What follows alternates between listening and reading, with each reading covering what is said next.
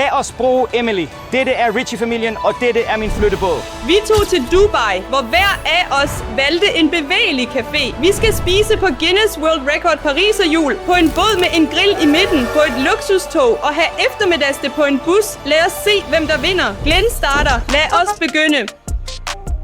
Dette er vores næste stop. Dette er en restaurant på en bus. Lad os gå. Vil det bevæge sig? Ja, selvfølgelig. Okay, lad os gå. Vi steg på bussen og gik op til anden etage. Denne bus er kun til os. Denne bus er helt vores, og vi kan tage de bedste pladser. Vi har den bedste udsigt over denne by. Dette er det eneste rigtige rullende café i hele området. Og vi har her pladserne til glas og vand. Jeg prøvede at hælde noget vand i glasset, og alting bevæger sig. Jeg er bange for at spilde noget. Selv når du tager glasset, kan du spilde vandet. Denne tur inkluderer en naturskøn bytur, en unik eftermiddagsoplevelse og udsigt over byens ikoniske vartegn lyder godt.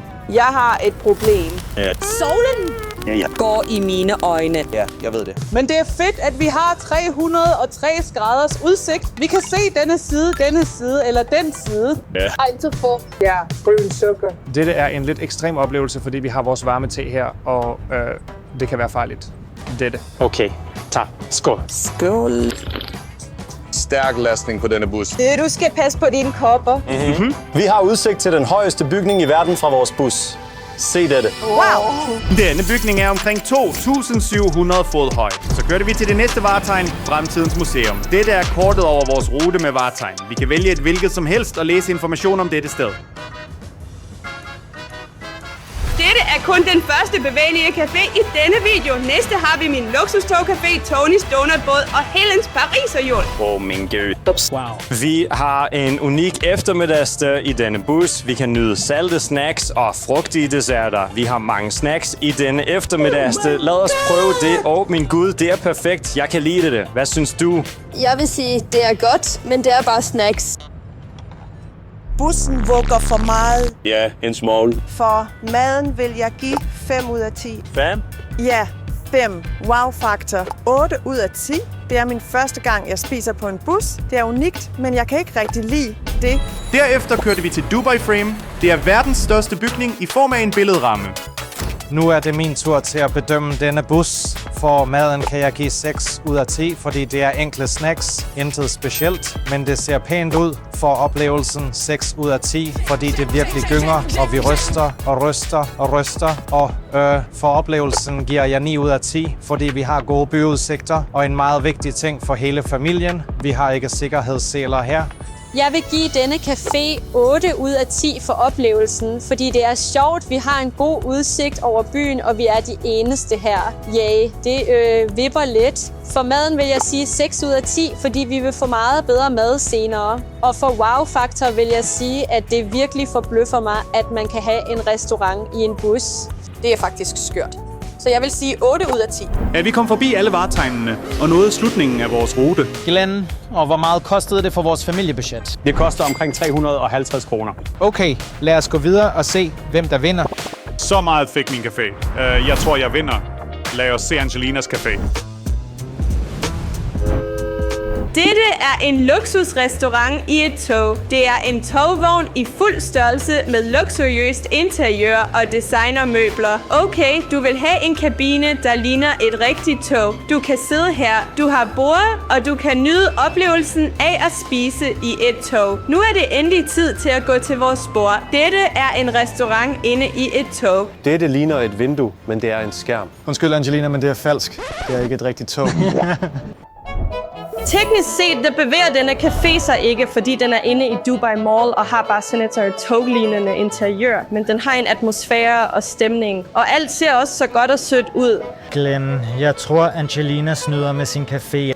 Ja, måske er det ikke en restaurant i et tog, men det har et togtema. Så du får den samme atmosfære. Du har dette vindue, bagage. Du har endda disse gardiner, stole og bord, som i et rigtigt tog. Og det ligner også et luksushotel med fine sofaer, puder og tallerkener. Forresten selv, vores mad er ret fancy. Vi vil have en gylden pizza. Vi har guld og trøffel på vores pizza. Lad os prøve det. Det skulle være meget velsmagende. Lad os prøve pizza og bedømme massen. Ja, lad os gå. Kvalitet. For guld kan jeg give et ekstra point. Denne pizza er lækker. Efter min mening kan det være 9 ud af 10. Pizzaen er så god. Hvis vi sammenligner det med Glens Café, vil vi her have en god snack. Ikke bare sådan en eftermiddagstid med desserter. Jeg tror, det der er den bedste pizza i mit liv. Bogstaveligt talt 10 ud af 10. 9 ud af 10. Men vent på min restaurant, hvor vi vil få en ordentlig middag. Ja, det vil vi se. Det er super dragagtigt. Trøffelen er meget smagfuld. Guld på toppen får det til at føles fint. Måske giver du et point mere for guldet ligesom mig. 11 ud af 10. Præcis. Rive det chef af du skal bare for i tog, så sæt et perfekt sted for dig. Fordi du kan opleve det uden at køre med toget. Ja, det er altså ligesom en demo-version af en rigtig tog, eller efter min mening er det 7 ud af 10. Jeg kan lide det til, fordi vi bor i byen, og vi behøver ikke at rejse, men alligevel, det blæser mig ikke om kul. Og hvor meget kostede det for vores familiebudget, datter? Kun $100. Godt pris. Ja, lad os gå videre.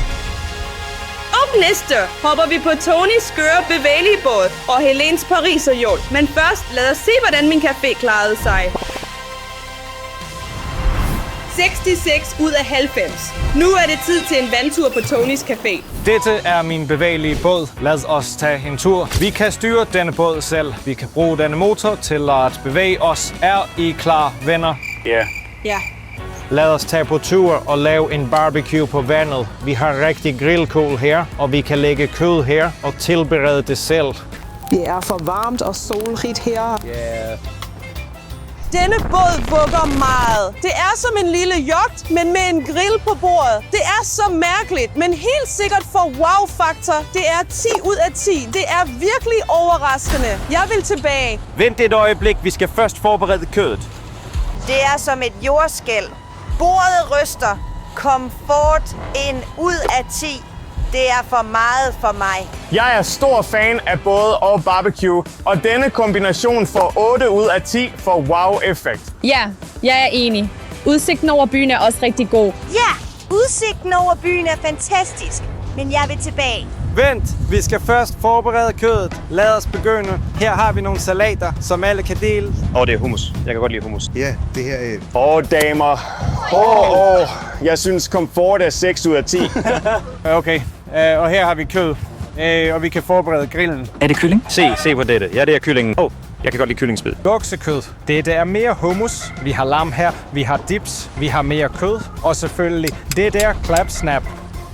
Okay, lad os begynde at forberede det. Wow. Lord. Min rytme til at lukke, hvis du ikke åbner. Luk, vær venlig. Kylling først. Tilberede barbecue på havet. Ja, det er faktisk mærkeligt. Og mens kødet tilberedes, kan vi... vi kan flytte os. Glem ikke, vi har stadig Guinness World Record Pariserhjulscaféen på vej. Helen valgte den og sagde, at vi skulle gøre os klar til at få vores sind blæst væk. Jeg kan åbne lidt. Jeg tror 5 minutter, og det vil være færdigt. Det ser så saftigt ud. Luk. Kødet ser godt ud, men jeg ved ikke, hvordan jeg skal slappe af her. Det er for blæsende. Min gud. Wow-effekt minus 10 ud af 10. Komfort 0 ud af 10. Der er ingen sikkerhedsforanstaltning her. Jeg er en livredder her. Lad os tænde for musik som på Titanic.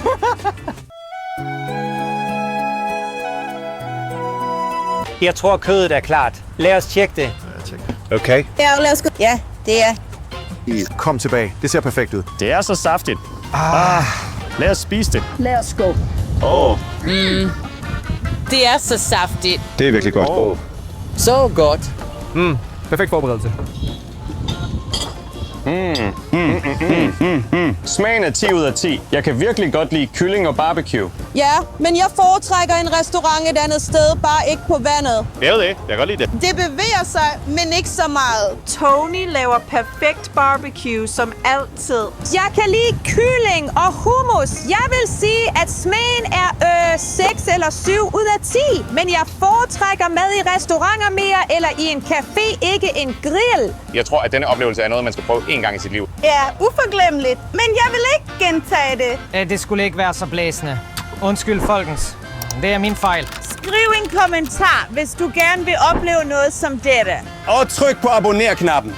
Og kun for jer drenge, så piger på båden, det er ikke en god idé. Og denne oplevelse kostede vores familiebudget $400. Skal vi gå videre? Ja, lad os gå. Lad os gå, endelig. Dette er, hvor meget min café scorede. Lad os se, hvad Helen har forberedt til os. Nu er det min tur. I dag skal vi spise på verdens største pariserhjul. Wow. Denne her der er utroligt. Det er virkelig højt. Jeg valgte denne café, så I kunne opleve noget virkelig unikt. Vi skal op i 250 meter. Næste er vores. Det ser helt enormt ud. De forbereder bordet indeni. Jeg er lidt bange. Lad os gå ind. Vi har 1 ud af 8 fyre kabiner til os. Velkommen til vores private kabine. Den har et stort bord. Wow. Vi er allerede så højt oppe. Jeg er lidt bange. Alt er så småt herfra. Vi vil få serveret et privat måltid. Wow, det er så fint. Ja. Vi fik den bedste udsigt. Vi fik den private kabine. Vi fik en privat middag. Vi fik en privat kok. Hvor meget kostede det? Jeg vil fortælle dig det til sidst. Dette pariserhjul er omkring 820 fod højt. Det er det højeste hjul i verden. En fuld omgang tager 45 minutter. Her er vores første ret. Wow, denne salat ser fantastisk ud. Ja. Lad os prøve det. Jeg har 3 gafler. Hvilken skal jeg tage? Jeg tror nok den mindste. Den mindste? Måske er den til desserter? Til salat, tror jeg. Hvilken gaffel er til salat? Hvilken en? Tak. Det er perfekt. Det er så godt. Ja. Jeg tror, at dette er nok en af de bedste restauranter, vi har haft indtil nu. Det er så fint. Det er meget velsmagende. Men sagen er, at pariserhjulet ikke rigtig er et transportmiddel. Jeg tror, det er en transport, men vi bevæger os lige nu. Men vi flytter os ikke nogen steder. Vi kører bare rundt i cirkler. Alligevel, vi bevæger os. Som en hamster. Ja. Og denne crouton er så sprød.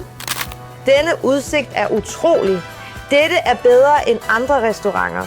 Wow, Helen, det er virkelig sejt. Vi kan spise. Vi kan se på denne smukke udsigt over Palm Jumeirah, og det er jo utroligt. Denne wow-faktor er 10. Denne restaurant er meget bedre end min bus. Ærligt talt, du vinder. Vi er så højt oppe, men jeg elsker det lidt. Jeg troede, det ville være super skræmmende, men det er ikke så skræmmende. Du kan se stranden, du kan se, hvor småt alting er. Det ser meget sejt ud. Jeg vil sige, ja, det imponerer mig virkelig. Wow-faktoren er 10 ud af 10. Jeg troede ikke, at jeg spise på et pariserhjul. Det er meget mærkeligt. Men jeg kan godt lide det. Det er sådan en unik oplevelse. Det havde jeg ikke forventet. 10 ud af 10. Og også maden. 10 ud af 10 også. Det er tid til vores anden ret. Og vi fik hovedretten. Dette er laks med grøntsager. Det ser perfekt ud. Maden er 8 ud af 10. Wow. Vi er ligesom i en luksusrestaurant. Ja. Det er ikke en grillfest. Det er ikke en café med snacks og søde sager. I min boss. Ja, det er en fin middag. Ja, jeg ved det. Ikke?